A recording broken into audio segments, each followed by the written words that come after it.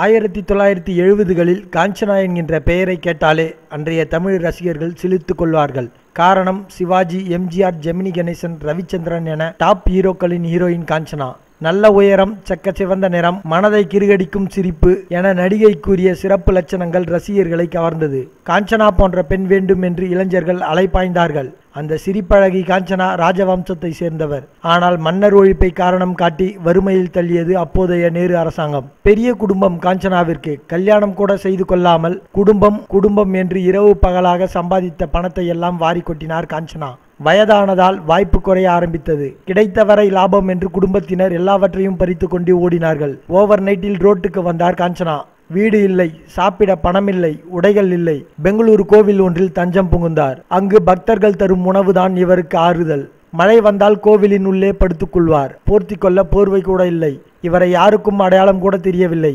ஒரு தமிழக பத்திரிகையாளர் தற்செயலாக இவரை பார்த்தார். யார் இந்த பெண் என்று யோசித்தார். அடையாளம் தெரிந்த போது ஆடிப்போனார்.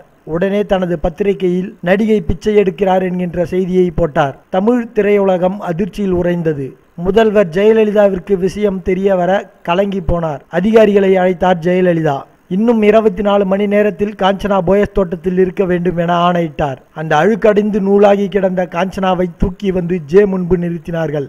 ஜெயலலிதாவுக்கு அதிர்ச்சியில் கண்கள் கலங்கிவிட்டது. எப்படி பார்த்த காஞ்சனா இப்படி கிழவையாக படுமோசமாக நிலையில் பார்க்கிறோம். அழுதே விட்டார் ஜெயலலிதா. ஏன் இப்படி என்றார். சோகமாக புன்னகைத்த காஞ்சனா இரத்த சொந்தங்கள் செய்த துரோகத்தை கூறினார். ஜேவிற்கு ஒரு பழக்கம் இருந்தது.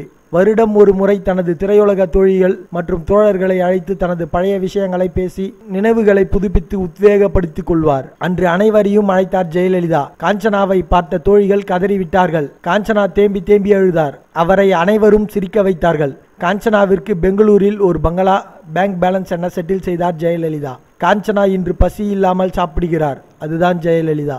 மேலும் இது போன்ற செய்திகளை உடனுக்குடன் தெரிந்து கொள்ள எங்களுடைய சேனலை சப்ஸ்கிரைப் பண்ணுங்க. இந்த செய்தி பற்றின உங்களுடைய கருத்துக்களை மறக்காம கமெண்ட் பண்ணுங்க.